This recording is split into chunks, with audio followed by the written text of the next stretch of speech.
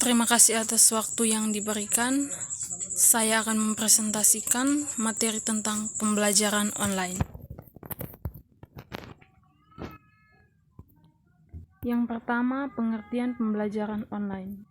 Sistem pembelajaran online merupakan sistem pembelajaran tanpa tatap muka secara langsung antara guru dan siswa, tetapi dilakukan melalui online yang menggunakan jaringan internet.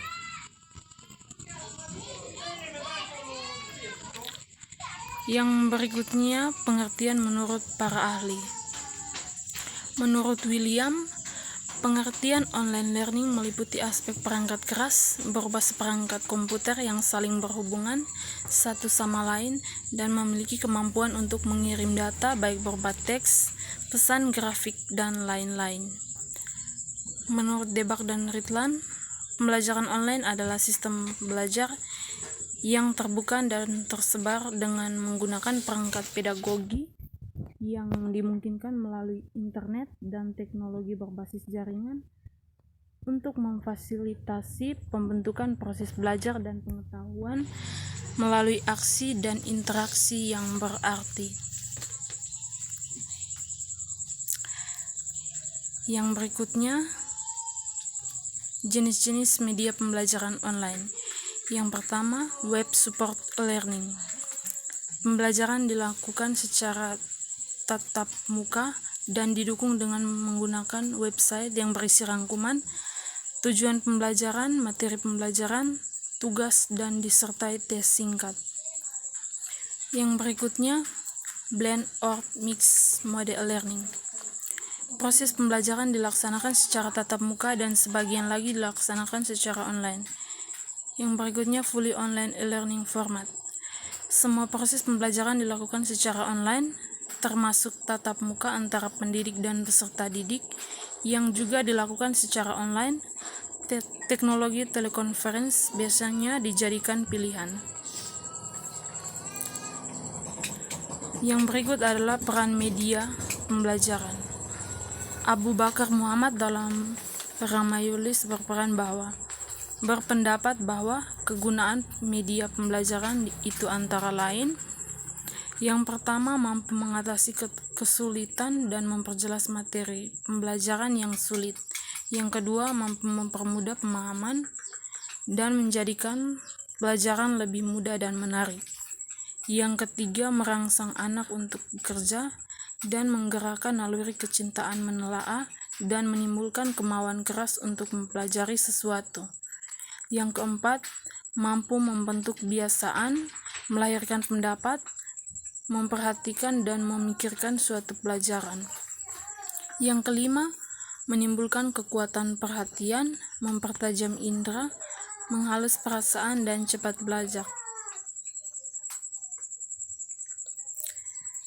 Tips agar siswa dapat belajar online dengan efektif. Yang pertama, komunikasi antar tenaga pelajar dan siswa harus berjalan dengan baik pada saat melakukan video call atau belajar online.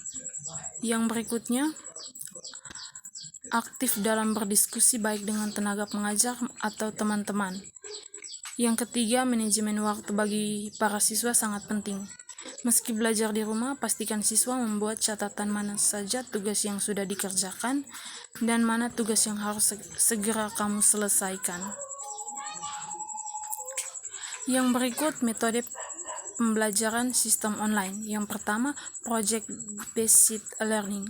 Metode pembelajaran berbasis proyek atau kegiatan yang dilakukan mandiri oleh mahasiswa.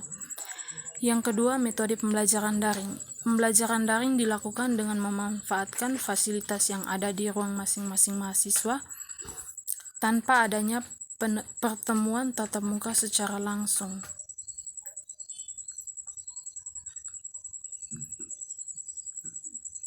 Yang ketiga, metode pembelajaran studi saster.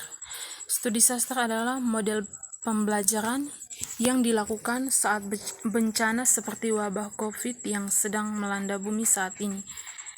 Yang keempat, integrated curriculum.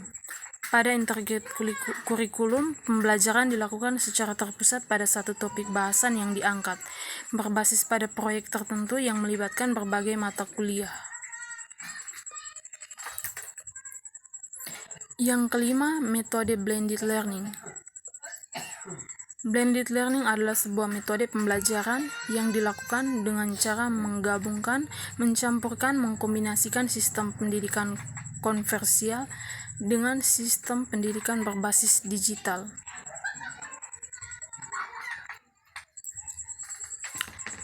Yang berikutnya, manfaat dari pembelajaran online. Yang pertama, praktis dan fleksibel.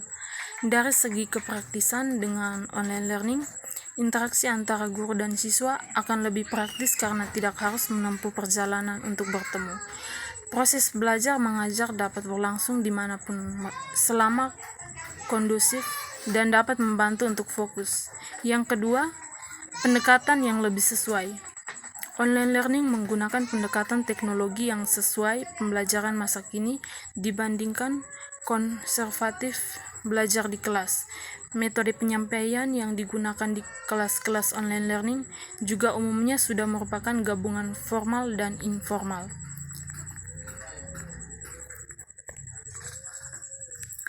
Yang berikutnya,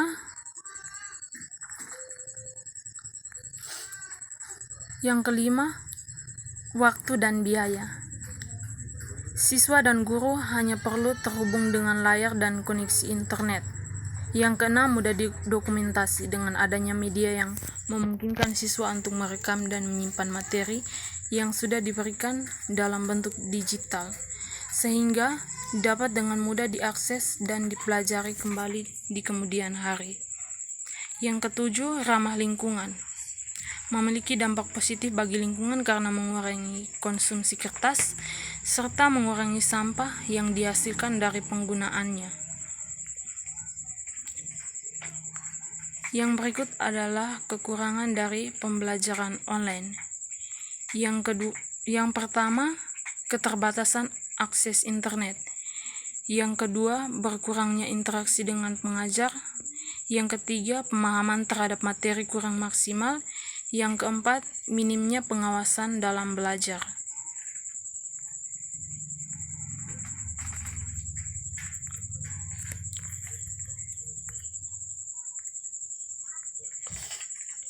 Kelebihan pembelajaran online.